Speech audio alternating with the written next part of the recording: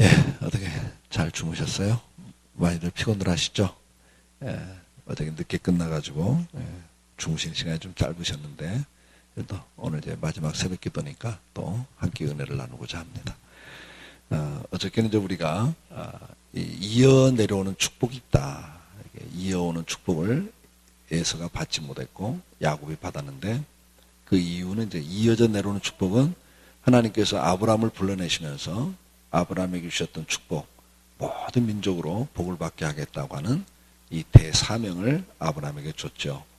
그러나 그 대사명을 이어가는 데 있어서 이스마엘이 장자로 태어났지만 쫓겨났다. 그 이유가 뭐였죠? 이유가 뭐였어요?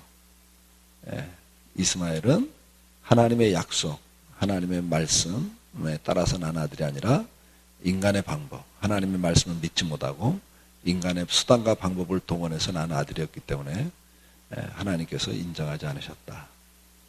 여러분들 꼭 기억하십시오. 하나님의 말씀을 불순종하고 우리가 어떤 일을 할 때 일이 됩니까 안 됩니까? 예? 하나님의 말씀을 불순종하고 할 때 일이 돼야 안 돼요? 안 되면 누가 하겠어요, 여러분? 문제는 되는 데서 문제가 생겨요.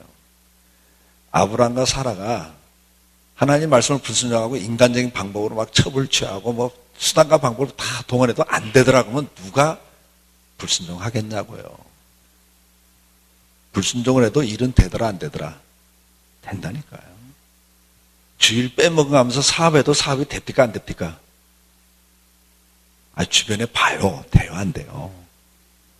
11조 떼먹으면서 사업하니까 그 다음 달로 망하더라고 하면 누가 떼먹어요 여러분?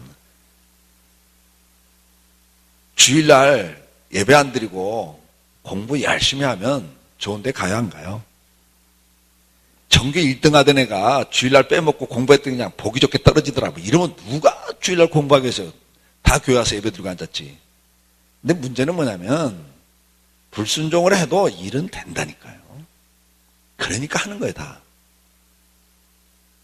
근데 문제는 그 다음에 나와요.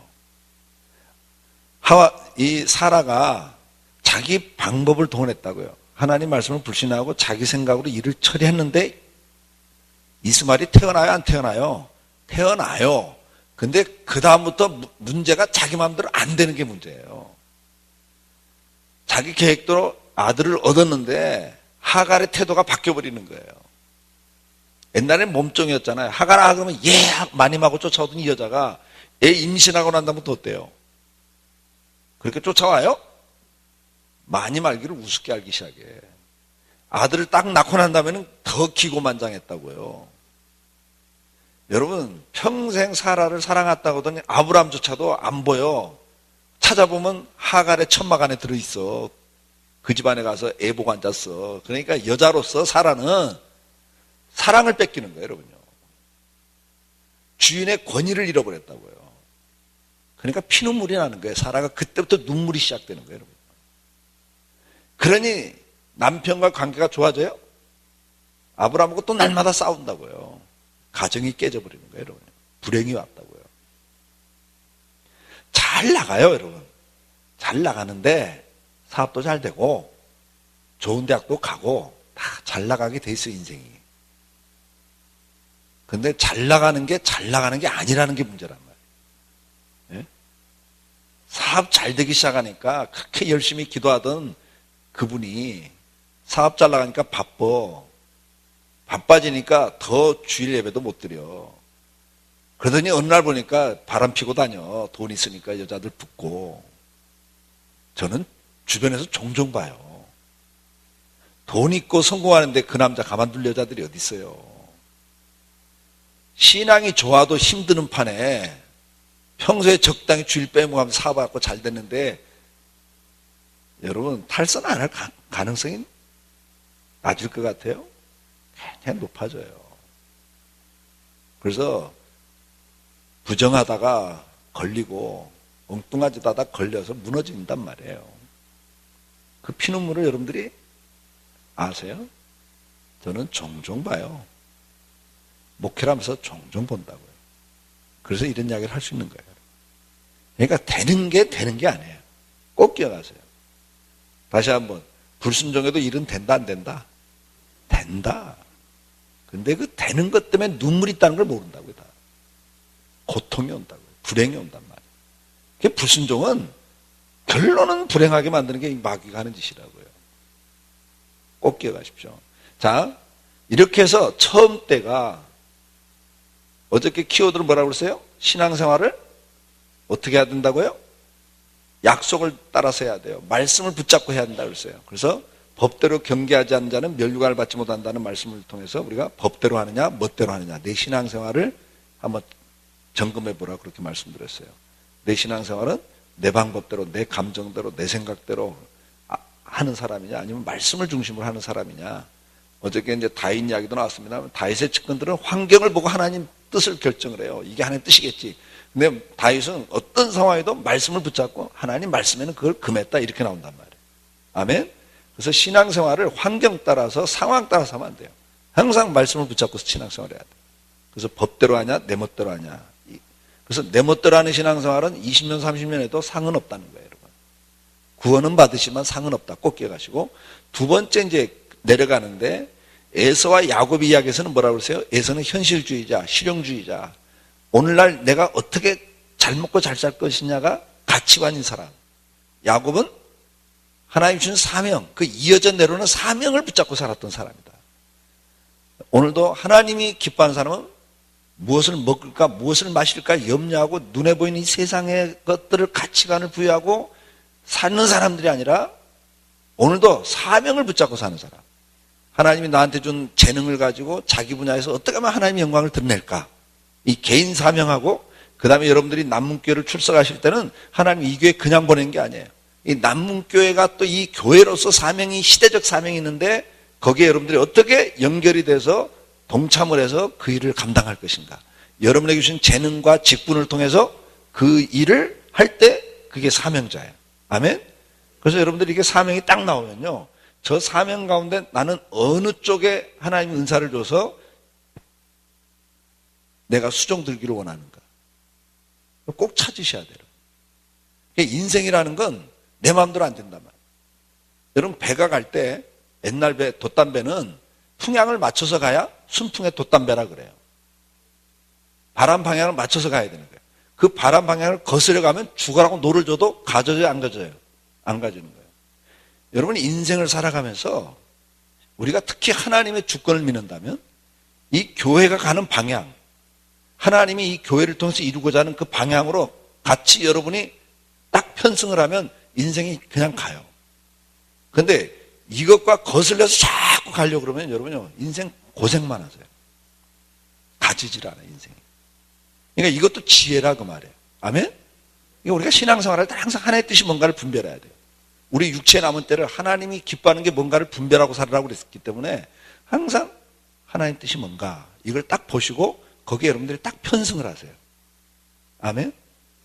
그걸 거슬려고 하면 인생이 공고해져요. 자, 그래서 여러분들이 야곱의 이야기는 키워드가 뭐냐? 현실주의자냐? 사명자냐? 현실을 보고 살 거냐? 사명을 보고 살 거냐? 이것이 인생을 결정짓단 말이에요. 자, 그러면 이 야곱에게는 12아들이 태어나요. 여러분이 잘 알다시피 12아들 가운데 장자가 누굽니까? 루벤입니다. 근데 이 루벤이 장자의 축복을 뺏기고 누가 가져가요? 누가? 요셉이 가져가요. 요셉이 장자의 축복을 가져갑니다. 그러면 이 루벤은 장자의 축복을 왜 뺏기고 요셉은 그 장자의 축복을 왜 가져가? 12아들 가운데 왜 요셉이 장자의 축복을 가져가냐고 말이에요. 여러분들 한번 성경을 한번 찾아보세요. 창세기 49장.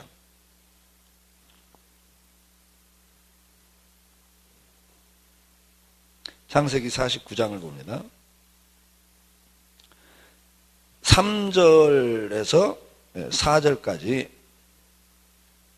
3절 4절 창세기 49장 3절 4절을 같이 읽습니다. 시작. 루벤아 너는 내 장자요 내 능력이요 내 기력의 시작이라 위풍이 월등하고 권능이 탁월하다마는 물에 끄는 같았은즉 너는 탁월하지 못하리니 네가 아버지의 침상에 올라 더럽혔음이로다. 그가 내 침상에 올랐었도다. 그렇게 말씀을 기록하고 있어요. 루벤은 장자인데 이 사람이 보통 사람이 아니에요. 위강이 초등했다 그래요. 월등했다 그래요. 이 위강이 월등했다면 요즘 말로 하면 얼짱 몸짱이었다 그 말이에요. 키도 크고 얼굴도 잘생긴 사람이에요. 거기다가 능력까지 탁월했다 그래요. 그러니까 외모만 준수한 사람이 아니라 얼짱 몸짱일 뿐만 아니라 뭐예요? 능력까지 탁월했던 사람이에요. 형제들 가운데. 그러니까 이런 남자가 없죠. 요즘으로 하면 정말 얼짱 몸짱의 스펙까지 완벽하게 갖춘 남자란 말이에요. 그러니까 가는 데마다 인기가 있다 없다. 왜? 남자분들 배 아프세요? 가는 데마다 인기가 있는 거예요, 이게. 그러니까 가는 데마다 루벤은 스캔들을 일으켰어요. 여자들이 붙는 거예요. 그러니까 이 요셉이 형제들한테 미움을 받는 이유 중에 아버지가 특별히 사랑을 했기 때문에도 있지만은 아버지가 심부름을 보내서 형들 양을 치러 멀리 떠나 있으면 가서 먹을 것도 갖다 주고 뭐 이렇게 심부름을 보냈는데 갔다가 그 스캔들을 듣고 와가지고는 아버지한테 고자질을 하는 거예요. 요셉이. 그래서 미움을 특별히 받는 거예요. 근데 이 루벤이 끝내는 아버지의 첩을 건드려요. 이것 때문에 모든 게 끊겼다 그래 버린다고요. 이래서 역대상에 보면 네가 장자지만 장자의 그 축복이 끊겼다고 이야기를 해버려요. 그러니까 루벤의 이야기는 딴 이야기가 아니에요. 이 음행 때문에 하나님 축복이 끊긴 사람의 이야기예요. 그러면 요셉이 12아들 가운데 요셉이 왜 장자권을 가져가냐 이거예요. 여러분 보세요. 요셉은 이렇게 형들에게 미움을 받아가지고 노예로 팔려버려요. 그래서 여러분 잘 알다시피 애굽에 내려가서 노예 생활을 해요. 시편에 보면 그 발에 착고가 채웠다 그러세요. 여러분 보세요. 고생 안 하고 부잣집에 정말 사랑받는 아들이었다고요. 왜요? 야곱이 20년을 머슴살이 하면서 사랑했던 라헬에게서 낳은 첫째 아들이에요. 라헬이 아들을 못 낳고 계속 그러다가 막판에 아들 낳은 게 요셉이고 그 다음에 베냐민 낳다가 죽어버린단 말이에요. 그러니까 이 요셉의 그 야곱의 생애 속에서 가장 사랑했던 여인이 낳은 아들이고 근데 그 여인이 또 일찍 죽어버린단 말이에요. 아들 낳다 죽어버린단 말이에요. 그러니까 특별히 누구를 사랑해요? 요셉하고 베냐민을 특별히 사랑할 수밖에 없었어. 왜? 또 어머니도 없잖아. 어릴 때부터 베냐민은 어머니도 없이 큰 애니까 아버지 입장에서는 특별히 관심을 갖고 신경을 쓰는 거예요. 근데 다른 이복 형제들이 볼 때는 이게 또 시험 들려. 속상하죠. 그러니까 이게 갈등 구조가 있는 가정이라고요. 자, 그래서 일단 팔려가고 이 고생 안 하고 사랑받던 아들이 갑자기 노예가 되니까 이게 주인이 딱 봐도 이게 노예 근성도 없어. 그러니까 묶어놓고 채찍 때리면서 노예 근성을 키우는 거예요. 노예를 만드는 거예요. 그 고생하다가 여러분 잘 알다시피 요셉이 한 17세, 요 10몇 세 때, 10대 때 끌려간단 말이에요. 노예로. 30의 총리가 되잖아요. 그 전에 지금 20대가 됐다고 이제. 그래서 그 집에 집사장이 됐다고요. 너무 성실하게 일하니까 그리고 하나님이 함께하는 걸 보고 복이 임하니까 집사장을 세운다고요. 20대 청년이 됐는데 이 보디발이 경호실장이란 말이죠. 그 시대 파라오의 경호실장이니까 날마다 바빠. 부인이 시험이 든 거예요. 부부간에 문제가 생긴 거죠. 그래서 바람이 난 거라고요. 그래서 요셉이 너무 또 잘생긴다가 성실하죠. 열심히 일하죠. 능력 있죠. 그러니까 마음이 간 거예요. 유혹을 해, 요셉을. 계속 유혹하는데 계속 피해 다녀요. 그러니까 이 보디발의 아내가 남자를 아는 여자잖아요. 남자는 아무도 없거나 어두우면 돌변하거든요. 그러니까 그날은 아무도 집에 없게 하죠. 사람이 안 보고 어두운 데 가면 남자는 변할 수 있다는 걸 이 여자는 알아. 그래서 아무도 없게 해놓고 은밀하게 해놓고 아무도 안 보니까 이제 너랑 나랑 즐기자 이렇게 나오는 거예요. 근데 요셉이 20대 청년이 성적 욕구가 강해서 가만히 있어도 스스로 성적 욕구를 충족시키기 위해서 움직이는 나이인데 더군다나 주인 마님이 권세가 있어요. 그 말을 거부했다는 인생이 어떻게 될지 몰라. 생각대로 어떻게 돼요?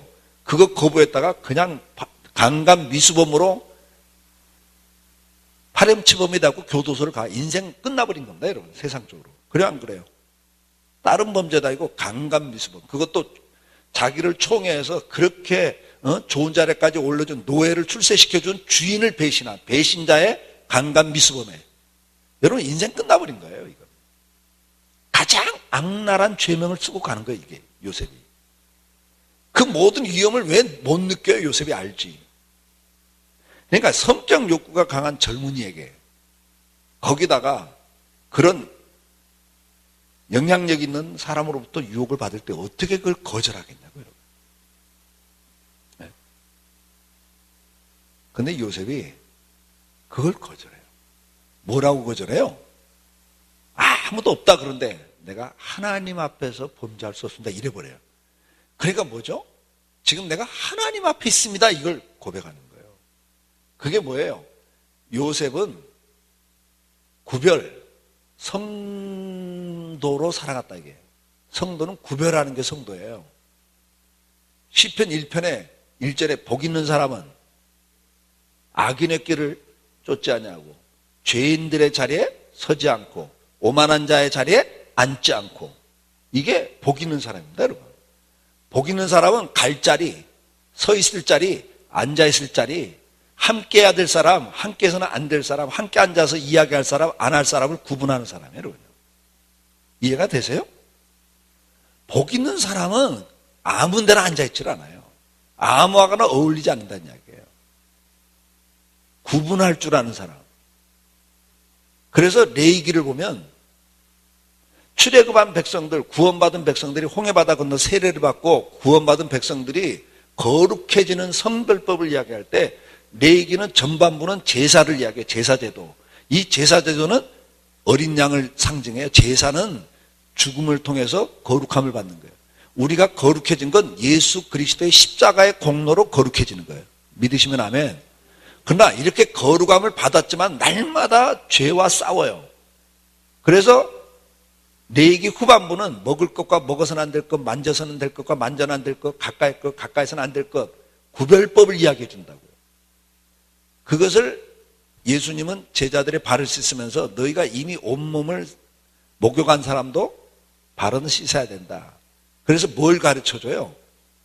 우리가 매일매일 삶 속에서 씻는 생활이 필요하다는 거예요. 회개하는 생활이 필요하고 그 다음에 구별하고 살아야 돼요. 아멘?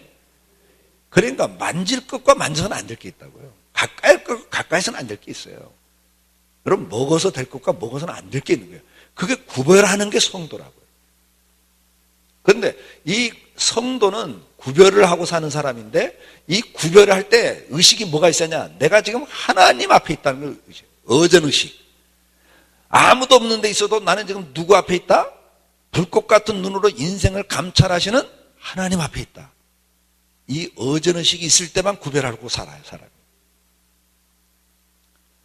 사랑하는 성도 여러분, 특히 우리 젊은이들, 시대가 아무리 음란은 죄가 아니다. 이제는 동성애까지도 죄가 아니다. 뭐 별소리를 다 합니다. 그러나 그 말에 속지 마세요. 그건 마귀가 하는 소리입니다. 부부 외에 혼전, 성은 다 죄예요. 음란이라 그랬어요. 결혼하기 전에 성은 음란이에요. 정절을 지키세요. 이 젊은이들 정절을 지켜요. 저희 딸이 연애를 할 때 어느 날 오더니 그래요. 아빠, 이제 상견례까지 다 하고 이제 결혼 날짜를 잡고 이제 그런 상황인데 어느 날 오더니 그래. 아빠, 그 미스터 김이 자꾸 나한테 요구하는데 어떻게 해야 돼? 그러더라고요. 저는 뭐 딸하고 어릴 때부터 대화를 많이 했기 때문에 그런 이야기도 저한테 해요, 딸이. 그래서 내가 그랬어요. 다솜아, 그 친구한테 분명히 이야기해라. 결혼 전까지는 죄니까 나를 지키라고. 지켜달라고 부탁을 해라. 그리고 그 부탁을 거절하면 너를 지킬 수 있는 남자가 아니야, 평생. 너를 책임지고 보호할 수 있는 남자가 아니야. 그런 남자하고는 아예 결혼 안 하는 게 나아. 상견례 날 잡아서 소용없어. 그건 네가 하나님 앞에서 결단해야 될 문제다. 너를 정말 사랑한다면 너를 지켜주는 남자야. 너를 책임져주는 남자야. 근데 그걸 못하겠다고 자기 정욕 때문에 자기 책임을, 아내를 책임 못 지겠다, 보호 못 하겠다, 그 남자 뻔해. 결혼 안 하는 게 좋겠다. 제가 그렇게 이야기를 해줬어요.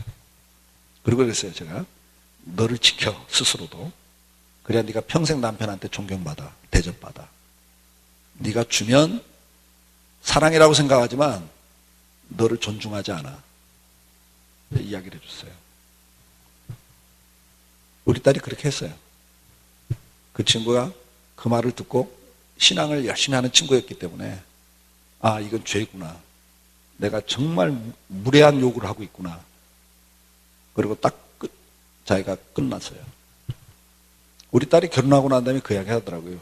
결혼하고 난 다음에 결혼 생활을 하면서 언제 한번 그러더라고요. 아빠 말이 맞았어요. 남편이 더 자기를 존중하고 더 아끼고 책임을 지려고 한다고. 여러분, 하나님 말씀 들어가면 인생이 축복된 거예요. 믿습니까? 죄가 들어오면 인생은 무너지게 돼 있다고. 그러니까 마귀는요, 정욕을 통해서 우리를 유혹해요. 훔쳐먹는 사과가 맛있다고. 이게 죄를 짓는 게 맛있게 느껴지거든요. 그러나 그것은 인생을, 선악과를 따먹는 순간 인생은 무너지는 거예요. 보암직하고 먹음직하고 지혜롭게 할 만큼 탐스럽게 하죠. 망하는 길이에요, 그게. 아멘입니까? 네, 끊으세요. 지금 이 시대가 성적인 건 죄라고 생각하지 않는 시대입니다. 그러나 성경은 죄라고 말씀합니다. 죄가 들어오면 인생은 무너진다. 꼭 기억하십시오. 자, 시간 없으니까. 그 다음에 이제 이 요셉이 이렇게 해서 하나님 축복을 가져가요. 요셉에게는 두 아들이 태어납니다. 에브라임과 므낫세라는 아들이 태어나요. 장자가 므낫세예요. 차자가 에브라임인데 이제 요셉 때 기근이 와가지고 야곱의 가족이 다 애굽에 내려와 삽니다. 야곱이 이제 늙어서 이제 돌아가시 직전에 형들이 연락을 해. 바로의 궁궐에 살고 있는 요셉에게 아버지가 곧 돌아가실 것 같다니까 요셉이 급하게 자기 두 아들을 데리고 아버지를 찾아와요. 그리고 아버지가 이미 앞을 못 보고 귀가 어둡고 기력이 진해서 이제 곧 돌아가시게 생겼으니까 자기 아들들 손주를 축복해달라고 그러면서 한 놈씩 축복해달라는 게 아니라 한꺼번에 축복해달라고 그래. 힘드는 걸 보고. 그래서 오른손 밑에다는 큰 아들, 왼쪽 밑에다는 작은 아들 앉혀놓고 아버지 축복해 주세요. 근데 야곱이 손이 이렇게 가요. 어긋나서 가. 그러니까 요셉이 아버지 이쪽이 큰 놈입니다. 그래요. 야곱이 그렇죠. 나도 안다. 그러면서 이게 에브라임 쪽으로 가버리는 거예요. 장자 축복이. 제가 성경 구절을 다 제시했어요. 성경 구절을 다 제시했는데 이것만은 성경 구절 내가 아직 못 찾았어요. 왜 이렇게 했는지에 대한 성경 구절을 아직 못 찾았어요. 혹시 아는 분 있으면 꼭 저한테 좀 말씀해 주세요. 제가 책 한 권 드립니다. 제가 쓴 책 한 권 드릴게요. 근데 학자들의 학설은 있어요. 이래서 그랬을 거다. 근데 지금 새벽 기도니까 통과. 학설은 학설이니까. 통과합시다, 그냥. 그 다음에 이제 에브라임 지파가 장자 지파가 돼서 출애굽을 할 때 에브라임 지파가 장자 지파예요. 그리고 가나안을 정복할 때 요단강을 건너서 가나안을 정복할 때 중부 지방을 점령하고 그 다음에 남부 지방을 점령하고 예루살렘에 있는 남부 지방을 점령하고 그 다음 마지막이 갈릴리 북부 지방을 점령해요. 이 점령하는 순서가. 그러면 이 루벤 지파는 이 요단강 동쪽을 먼저 차지해요. 갓 지파 일부하고. 그리고 본토를 점령할 때 중부지방을 점령하고 그게 에브라임 지파 땅이 돼요. 그러니까 에브라임 지파가 장자 지파이기 때문에 맨 먼저 땅을 차지한다고, 본토를 차지할 때. 근데 이제 여호수아가 무슨 이야기를 하냐면 너희들 이 동쪽을 먼저 차지한 루벤 지파나 그 다음에 중부지방을 먼저 차지한 에브라임 지파나 할 거 없이 너희가 먼저 차지했다고 이대로 있으면 안 되고 다른 지파가 전쟁을 같이 해서 차지했으니까 너희도 다른 지파 점령할 때까지 같이 전쟁을 해라 이렇게 요구를 해요. 그래서 거기에다 아멘을 한다고. 그래서 이제 루벤 지파나 에브라임 지파나 다 땅을 차지한 다음에 처자식을 남겨놓고 전쟁에 나가는 거예요.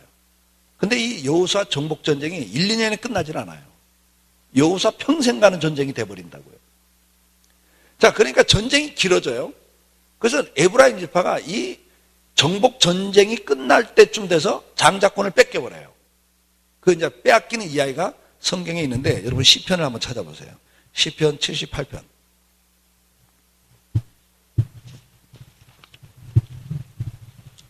이게 딱 띄워주면 빨리 하는데 이거 제가 못해서 죄송해요. 시편 78편 67절 대신 좀 빨리 좀 찾으세요. 67절을 읽어보시면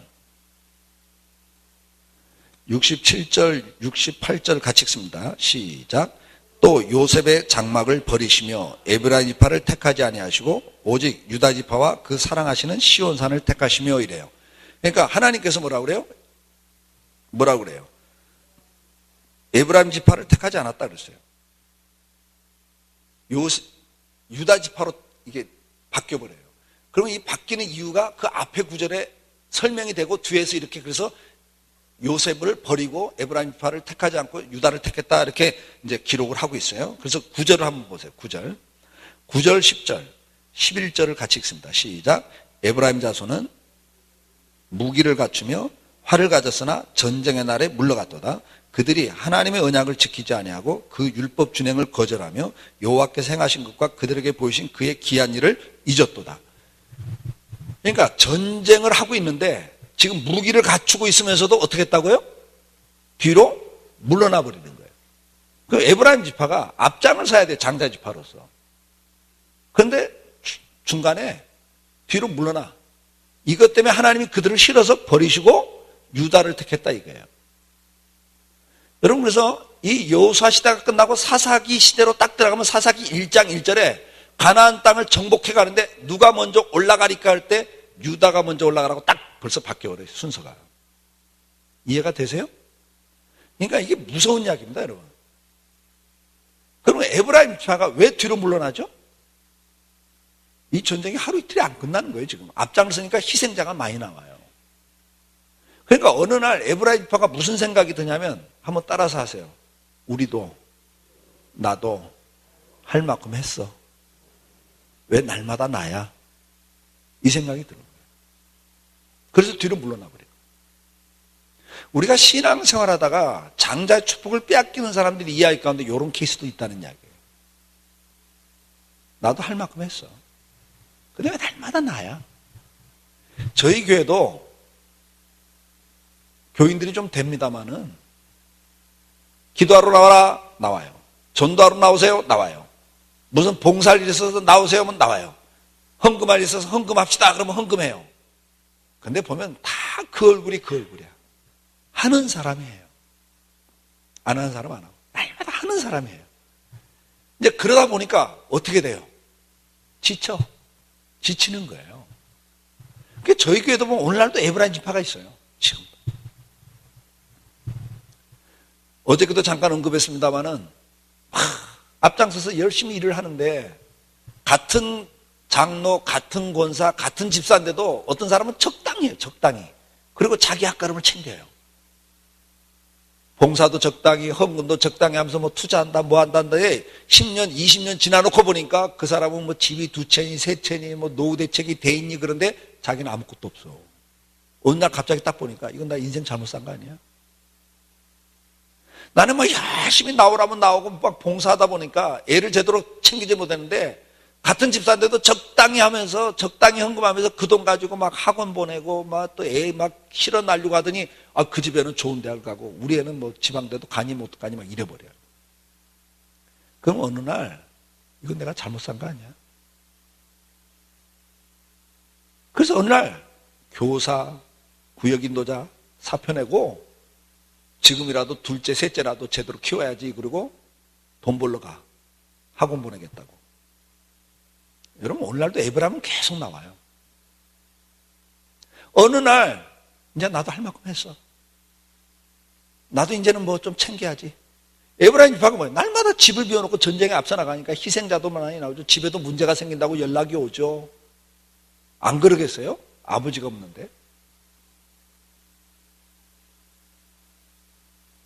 다른 지파는 땅을 못 찾으니까 다 가족이 같이 지금 다니면서 땅 점령한 전쟁에 참여하고 있지만 에브라임 저는 식구들 다 남겨놓고 왔는데 가정에 문제 생긴다고 연락 와.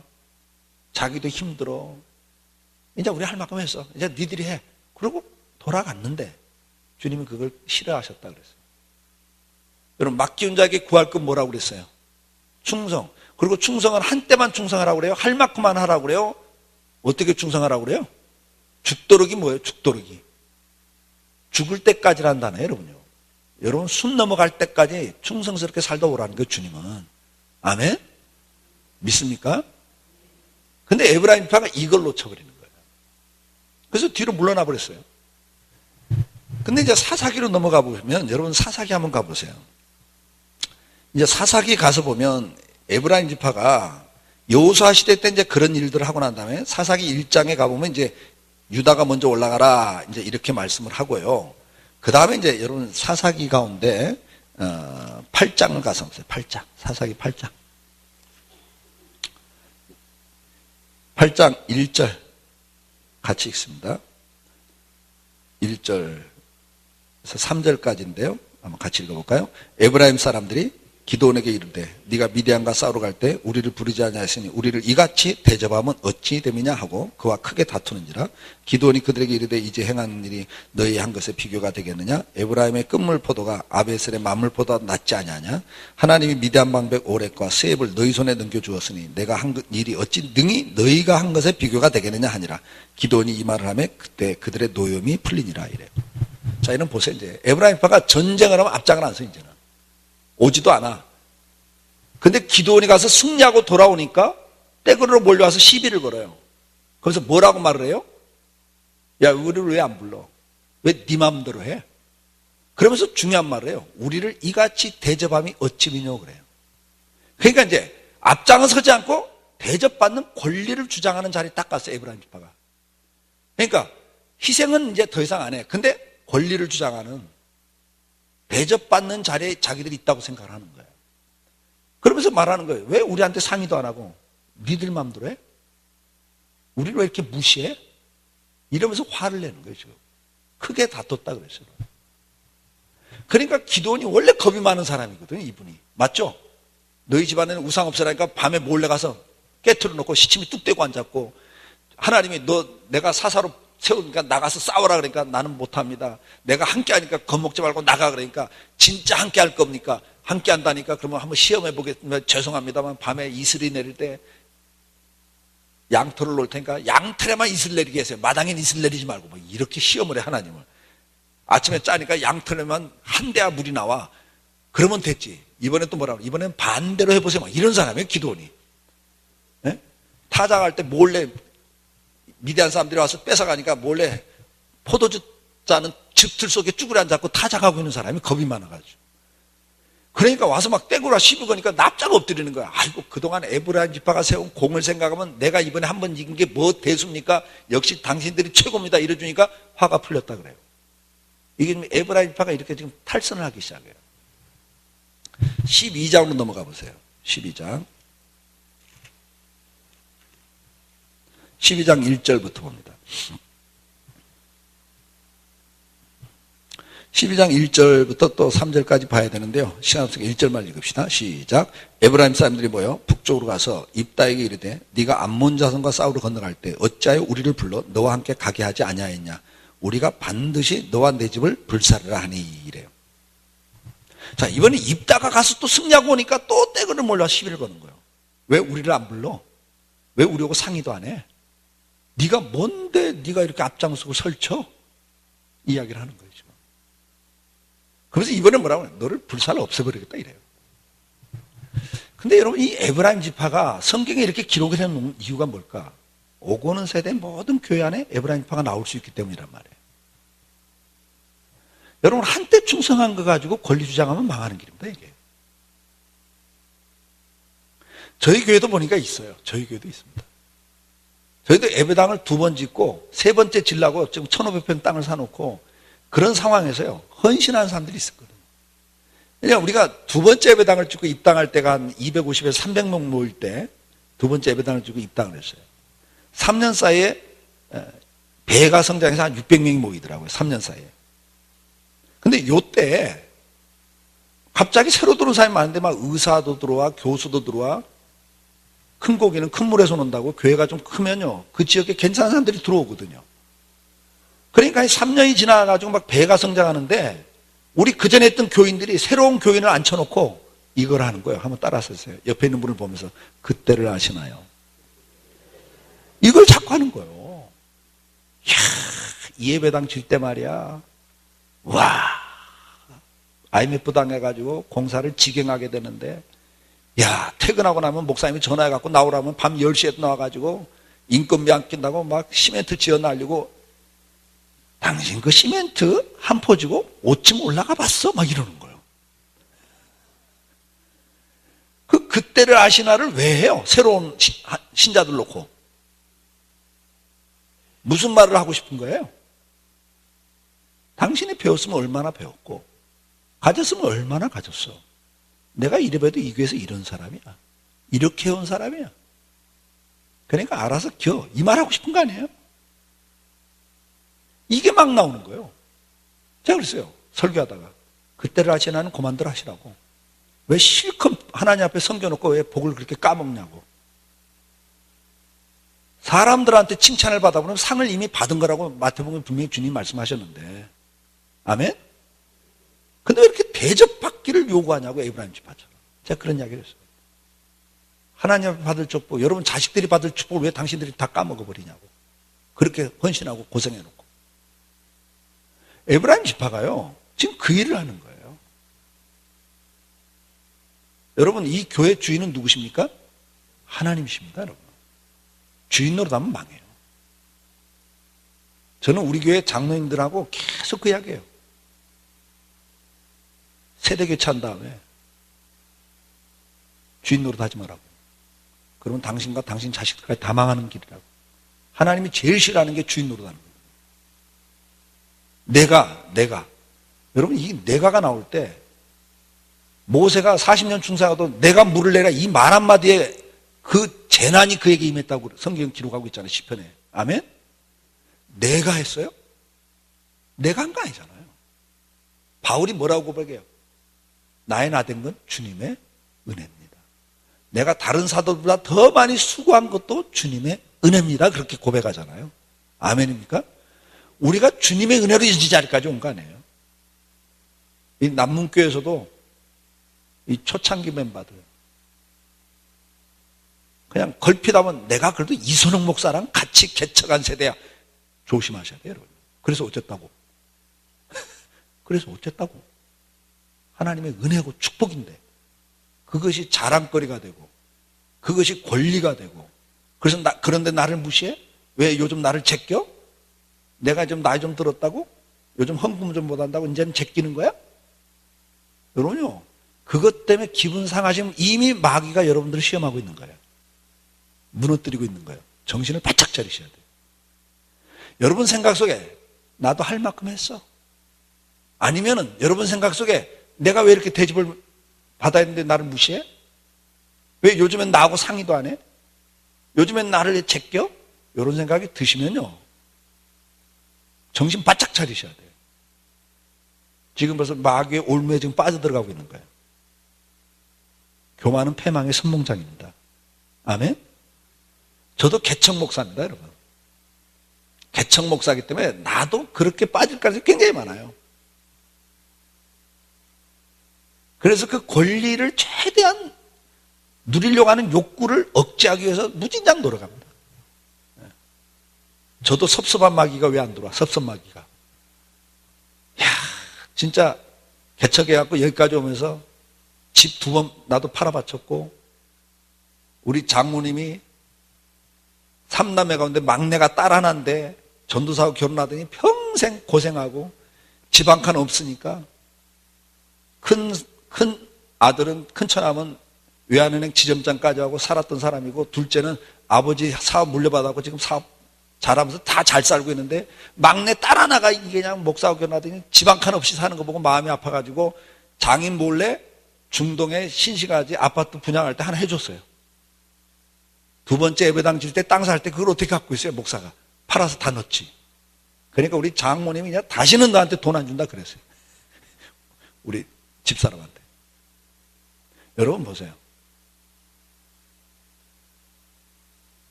빚지고 있는데 어떻게 사례비를 제대로 받아요? 31년 목회하면서 사례비 제대로 받는 게 10년 조금 넘나 그래. 그렇게 살아왔어요. 아무 대책 없이 살아왔다고요. 다 교회에다 올인하고. 딸 결혼할 때 주의금 100만 원 내놓더라고. 그 결론은 뭐예요? 목사도 돈 따로 챙겨서 시집 보내야 될 것 같더라고. 이야. 근데 내가 여기 와서 하였지 우리 교회에서는 한마디도 안 했어요. 아니, 근데 섭섭하더라고. 그래, 결론은 그러면 목사도 돈을 챙기란 이야기냐? 목사가 돈을 챙기기 시작하면 치사해지고 타락하는데 필요한 건 다 대줘야 목사가 깨끗하게 가지. 아니에요? 그러니까 여러분요, 왜 섭섭한 게 없어요? 나도 그래. 나도 내가 어떻게 여기서 개척 여기까지 왔는데. 근데 제가 얼마 전에 딱 그랬어요. 선포했어요. 내 퇴직금을 비롯한 내 모든 퇴직에 대한 건 당회가 알아서 해라. 나는 일절 거기에 대해서는 노타치다. 나 그냥 나가면 그냥 나간다. 그렇게 선포해버렸어요. 왜? 나 스스로도 권리를 내놓는 거예요. 이 싸움을 부단히 하고 있어요. 부단히. 왜? 사람은요, 본능적으로 대접받고 싶어. 알아주면 기분 좋아. 그래, 안 그래요? 근데 그게 시험이란 말이에요. 끝까지 겸손히 갈 수 있기를 주의 이름으로 축복합니다. 여러분, 조금 전에 읽은 12장, 이제 이렇게 해서 입다한테 시비를 걸어. 근데 이 입다는요, 원래 출신이 이게 요즘 말하면 조폭 출신이야, 원래. 기생 아들로 태어났고 인간 대접 못 받았고 삐딱하게 나가가지고 싸움 막질만 하고 돌아다니까 동네에서 추방을 시켰어요. 근데 이제 전쟁이 붙으니까 싸움꾼이 필요하니까 입다 주변에 또 그런 부리들이 몰려 있으니까 이스라엘 장로들이 너희가 좀 앞장 좀 서라 이렇게 와서 부탁을 해요. 그러니까 입다가 뭐라고 그래요? 아니, 쫓아낼 때는 언제고 뭐 내가 호구냐? 죽으러 가는데 앞장서라고? 나 안 가? 그렇게 나오죠, 당연히. 그러니까 이스라엘 장로들이 뭐라고 그래요? 이번에 나가서 네가 이기면 장관 시켜줄게 그래요. 군대 장관 시켜줄게 이래버려요. 평생 인간 대접 못 받고 인정 못 받았던 입다 입장에서 장관 시켜준단 말에 혹해가지고 진짜냐? 그러니까 여호와 이름으로 맹세한다 딱 이래버려요. 이스라엘 사람들에게 여호와 이름으로 맹세하는 게 제일 확실한 보증수표거든요. 그러니까 입다가 목숨을 걸고 나가는 거예요 지금. 그러고 싸우고 하는데 에브라임파가 떼그름 올라와서 네가 뭔데 우려고 상의도 않고 부르지도 않고 네 맘대로 일을 해. 막 불살을 없애겠다니까 입다는 기질상 이게 용납이 안 되는 거예요. 뭐 붙자고? 그거 붙어버려 그냥. 그러니까 입다를 이길 수 있다 없다? 못 이겨. 그래갖고 에브라임파가 강을 건너왔기 때문에 강을 건너서 도망을 쳐야 되는 거예요. 거기서 입다 쪽에서 딱 지키고 있는 거예요. 에브라임파 사람이 도망쳐 오면 어떻게 해요? 너 에브라임 지파? 그럼 여러분 같으면 나 에브라임 그러겠어요? 여러분 전라도, 경상도, 충청도 얼굴 보면 딱 알아요? 모르죠. 에브라임 그러면 아닙니다 그러죠. 그러면 딱 시키는 게 있어요. 그 이제 6절 이해가면 그 이야기가 나와요. 우리나라도 경상도 사람들은 발음이 안 되는 게 있죠. 뭐가 안 되죠? 쌀 그러면 살, 예, 경제, 갱제, 흔들흔들, 헌덜헌덜 이러거든요. 이 발음이 잘 안 나고. 근데 전라도 사람이 또 안 되는 발음이 있어요. 지방마다 이게 잘 안 되는 발음이 있는데 에브라임 발음은 무슨 발음이 안 되냐? 여기도 그래요. 지파마다 이 발음이 좀 다른데 사투리가 있거든요. 이 사람들은요, 예, 거기 그 성경에 보면 12장 그 6절에 보면 나와요. 이 사람들은 십볼렛 그러면 십볼렛 그래. 10이라는 단어가 안 나오고 10 그래요. 그러니까 너 에브라임 그러면 아닙니다 그러면 너 십볼렛 해봐 그러는 거예요. 그러면 자기들도 그 발음이 제대로 안 나오는 거 알아 몰라? 알아요, 알아. 그럼 발음하겠어요? 여러분 하나다 죽이는데 지금? 시체가 널브러져 있는데? 이렇게 했을 거야 아마. 히발라! 앞에 10분 발음하는 놈도 많고 막 악을 써. 그러다가 거기서 죽은 자가 몇 명이라고요? 6절을 보세요 여러분요. 그날 그렇게 해서 죽은 사람이 몇 명? 42,000명. 성경이 이걸 기록하고 있어요 여러분. 하나님이 그 공을 생각해서 몇 번을 봐줘요. 그래도 계속 권리를 주장하고 나오니까, 그리고 교회를 분열을 시키니까, 싸우겠다고 덤비니까 하나님께서 칼을 한번 딱 드니까요, 입다란 사람을 딱 통해서 42,000명이 그날 죽습니다 여러분. 이게 하나님이 얼마나 그것이 악한 일인가를 보여주는 거예요. 여러분 교회에서 권리를 주장해요? 그건 망하는 길이에요.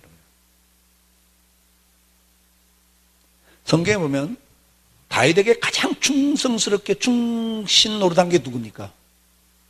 다윗에게 평생 앞장서서 충신했던 사람, 목숨 걸고 다윗을 위해서 싸웠던 사람. 그리고 다윗도 우리아의 아내 때문에 우리아를 죽일 때 전쟁터에서 이거 그냥 전쟁터에서 그냥 앞장서 갖고 죽여버려라 할 때 비밀 문서를 보내고 할 때 누구한테 보내요? 요압한테 보냅니다. 그러니까 요압은 다윗이 가장 믿었던 사람이고 가장 충성한 사람이에요. 요압이 성을 딱 점령하러 군대 장관이기 때문에 성을 점령하면 점령 일보 직전 딱 가면 자기가 직접 점령을 안 하고 다윗을 불러. 그리고 자기가 점령하면 자기가 인기가 올라오고 공이 세워진다 그래갖고 왕한테 당신이 마지막은 영광을 받으라고 이렇게까지 충성하는 게 요압이에요, 여러분. 근데 열왕기상 2장 9절에 보면 다윗이 솔로몬한테 유언을 남기면서 성전지라고 유언 남기고 하나가 또 뭐예요? 저 요압을 그 백발로 음부에 내려가지 못하도록 해라 딱 그래요. 죽이라 그래요. 왜 그럴까? 그렇게 평생 충성한 요압을 왜 다윗이 죽으면서 솔로몬한테 유언으로 저거 죽이라고 그래요? 그래서 결론은 솔로몬이 요압을 다 죽입니다. 그 자녀들까지 다 죽어요, 여러분. 왜 그래요? 이유가 있어요, 여러분. 요압이 군대 장관이 됐다고요. 다윗이 도망 다닐 때부터 같이 도망 다니면서 나중에 두 지파의 왕이 돼요. 그렇죠? 사울 왕이 죽고 그 아들 이스보셋이 왕이 되고 그 다음에 다윗이 유다 지파, 베냐민 지파의 왕이 돼요. 두 지파의 왕이 돼요. 그리고 열 지파는 계속 사울 왕의 아들이 왕이라고요. 전쟁이 시작됐다고요. 근데 저쪽에 군대 장관이 누구예요? 아브넬이라는 사람이 군대 장관이에요. 이 사람이 어느 날 투항을 해요. 내가 이제는 하나님이 다윗을 기름 부었기 때문에 이제는 통일 왕국이 돼야 되겠다. 그러면서 그 군대 장관이 북쪽 군대 장관이 투항을 합니다. 그리고 투항하고 돌아가요. 알았다. 다윗도 오케이. 그러면 제가 이제 민심을 돌이켜서 제가 전체를 데리고 투항하겠습니다. 고맙다. 하나님 나라가 지금 통일이 되니까 고맙다. 근데 요압이 이 이야기를 듣고 뒤쫓아가서 아이고 형님 오래간만입니다 하고 허구하면서 죽여버려요, 그냥. 왜 죽여요? 아브넬을 왜 죽였어요? 이건 보세요. 투항하는 사람을 군대 장관을 죽여버리니까 민심이 열 지파의 민심이 확 돌아가 버리니까 야 투항하면 죽이는구나. 다윗은 투항하는 사람 죽이는 사람이구나. 그러니까 이스라엘이 통일되려다가 그냥 확 돌아서는 거예요, 민심이. 그러니까 다윗이 막 금식하고 울면서 보여줘. 이건 내가 한 거 아니다. 막 이렇게. 근데 요압을 어떻게 할 수가 없어. 왜? 군권을 딱 쥐고 군대 장관이야. 군권을 쥐고 있거든요. 그럼 요압이 왜 아브넬을 죽였죠? 전쟁을 하는데 이 요압의 동생 아살이라는 동생이 아브넬을 끝까지 추격을 하니까 아브넬이 도망치면서 그래. 야, 너 그만 와라. 내가 네 형과도 관계가 다 있는데 12지파니까 다 알거든요. 야, 너를 어떻게 내가 죽일 수 있냐. 네 형 봐서라도 그러면 안 돼. 그러니까 그만 쫓아와라. 그러니까 아사렐이 어떻게 해요? 공을 세우기 위해서 상대편 군대 장관 자기가 죽이겠다고 끝까지 쫓아와. 그러니까 할 수 없이 아브넬이 아사헬을 죽여요. 그러니까 요압이 뭐예요 지금? 아브넬은 자기 동생을 죽인 원수야. 원수를 갚는 거예요 지금. 그러니까 요압이 뭐예요? 하나님의 나라를 보지 않고 뭐예요? 자기 개인의 감정을 앞세워갖고 원수를 갚아버리는 거예요. 이것 때문에 통일이 뒤로 밀려나. 민심이 확 돌아서 버렸단 말이에요. 그 다음에 이 아브넬이 죽고 아마사라는 사람이 군대 장관이 돼요. 이 군대 장관이 또 싸우다가 이게 다윗을 기름 부은 하나님의 사람이니까 또 투항하자고 또 돌아와. 그래갖고 또 몰래 와가지고 내가 투항하겠습니다. 그러니까 이번에는 이제 민심을 잡기 위해서 다윗은 정치하는 왕이니까 네가 투항하면 너를 통일 왕국의 군대 장관 시켜줄게 이래요. 옵션을 주는 거예요. 투항할 수 있도록. 그러니까 요압이 또 전쟁하러 나갔다가 돌아와서 이 소식을 듣고는 급하게 뒤쫓아가서 또 불러요. 오라고. 그러니까 이 사람이 왕이 뭐 또 할 말 있는가 싶어서 돌아와. 또 다 아는 사이니까 아이고 오래간만이네 하고 나 또 죽여버려요. 이번엔 왜 죽였어요? 이번엔 왜 죽여요? 자기가 지금 다윗을 도망 다닐 때부터 어려울 때부터 같이 쫓아다닌 사람이에요 자기가. 그럼 통일 왕국이 되면 군대 장관 누가 해야 돼? 지금까지 이 두 지파에 다윗의 군대 장관이었는데 이제 통일왕국이 되면 통일왕국의 군대 장관 당연히 누가 해야 돼요? 자기가 해야죠. 근데 지금 다윗 왕이 누구한테 그걸 준다고 그래요? 이 아마스한테 준다고 그러니까 이걸 죽여버리는 거예요. 그러니까 뭐예요? 첫째는 자기 개인 감정을 앞세우고 일을 해요. 두 번째는 뭐죠? 자기 포지션을 지키겠다고 나서요. 하나님의 나라를 보지 않습니다. 내가 지금 갖고 있는 이 포지션 나는 뺏길 수 없다는 거예요. 사랑하는 성도 여러분, 우리가 목사, 장로, 권사 무슨 뭐 그런 포지션을 하나님 주셨는데요. 그거 내 것으로 생각하고 내가 이거 지키고 권리를 주장하겠다고 하면요, 그거 망하는 길이에요. 이 성경은 이런 이야기를 계속하고 있습니다. 에브라임 지파 이야기만 아니라 지금 요압 이야기도 그걸 그대로 보여줘요, 우리한테. 그러니까 군권을 쥐고 있으니까 다윗이 제거를 못하고 끝내는 어떻게 해요?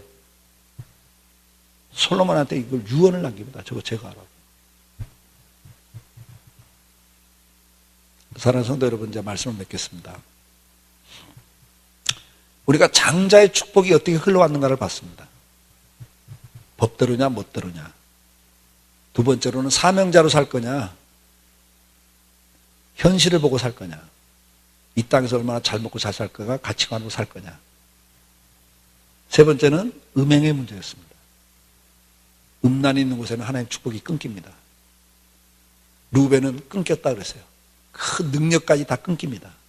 아무리 스펙이 좋아도 축복이 오질 않습니다. 축복은 하나님이 주시는 겁니다. 죄가 그걸 가로막습니다. 죄 가운데 가장 대표적인 죄 가운데 하나가 음행입니다. 그 자리에서 빨리 벗어나시고 그 자리에 가지 않기를 주의 이름으로 축복합니다.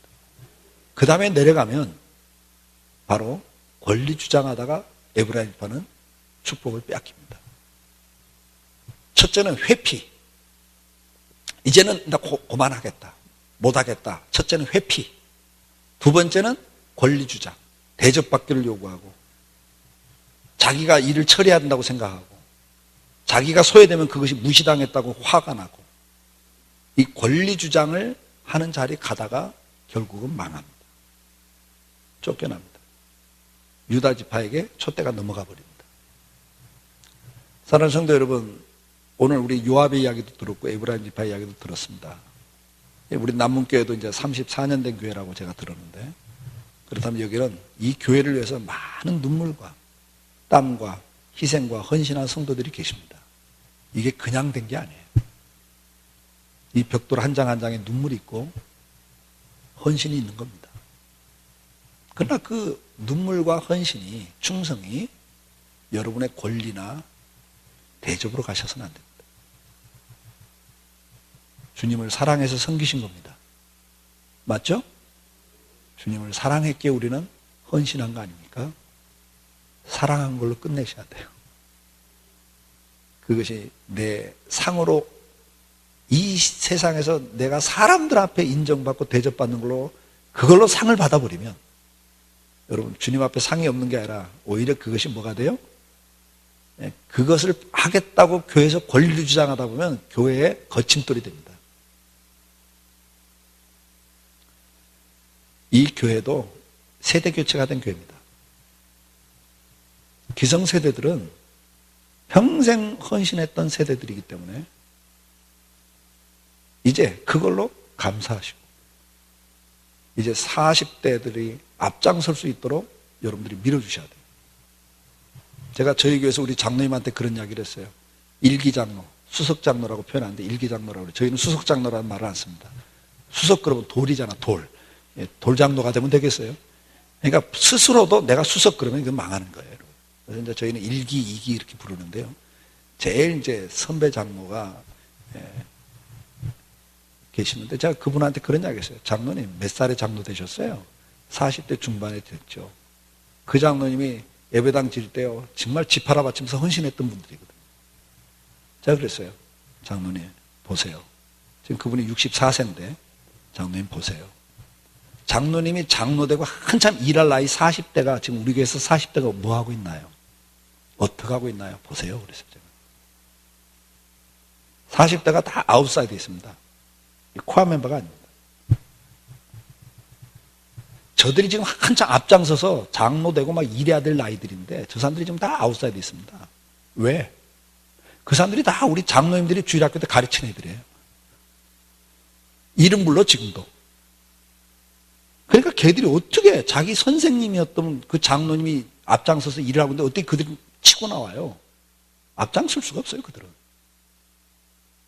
다 먼발치도 구경하고 있는 거예요. 그러다가 먼발치 구경하니까 이게 여기서 뭔가 의미가 없으니까 뭐 직장 따라 집장만 한다면 뜨는 거예요, 그냥. 제가 그랬죠. 장로님 저걸 보시라고. 우리가 빨리 뒤로 물러나 주지 않으면 쟤들이 앞으로 쓸 수가 없다고. 그럴 거 아니에요, 여러분? 아, 저거 누구네 둘째 아들 저거, 아이고, 많이 컸다, 너? 막 이러는데 어떻게 앞장을 서요, 그들이? 네? 제법이다, 뭐 이러는데, 여러분, 이미 40대요. 애들이 아니에요. 이걸 놓치면요, 교회가 성장이 안 돼요. 여기 젊은 사람들이 들어올 수가 없어요, 여러분. 젊은 사람들이 딱 들어왔는데, 아니, 50대, 60대 그 사람들이 교회를 주류로 끌고 가면요, 그들은요, 여기 나설 수가 없어요. 여기 정착할 의미가 없다고요. 뭐 자기들 막 이렇게 앞세워주면서 막 이렇게 인정해주고 앞세워주면서 하는 교회들이 있는데 그리 가지 뭐하러 여기 오겠어요. 그러니까 우리 교회도 31년 지난 교회인데요. 다 비슷해가니까 지금 말씀드리는 거예요. 우리 교회에서 날마다 고민하고 있는 문제들이에요. 그래서 장로님들하고 계속 이야기하고 있고. 어쨌든 오늘 말씀 맺습니다. 여러분들 잘 감당하셔서 여러분 자녀들까지 다윗은 24대가 내려갑니다. 아멘? 다윗이 사무엘하 7장을 잘 읽어보세요. 성전을 짓겠다는 그 헌신을 받으시고 다윗에게 그래, 내가 너를 모든 이름이 뛰어나게 할 뿐만 아니라 너의 자손들을 내가 사울왕처럼 버리지 않겠다. 너희 자손들이 잘못해도 내가 버리지 않고 때릴 망정 버리지는 않겠다. 그리고 24대가 내려갑니다, 여러분. 저는 그 축복을 굉장히 좋아해요. 기도해, 하나님.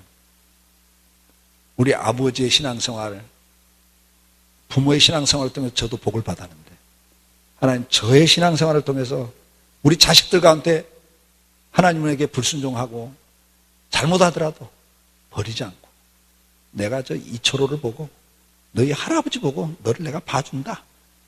이런 믿음의 삶을 살다 가게 해주세요. 기도하고 있습니다. 기도해요. 이어져가는 축복이 있단 말이에요. 아멘? 네, 오늘 이 이어져가는 축복을 누리시고 자녀들에게 이어주셔서 정말 장자의 기업을 이어가는 축복의 가문이 되기를, 하나님 앞에 명문 가문을 이루시는 그런 가문 되기를 축복합니다.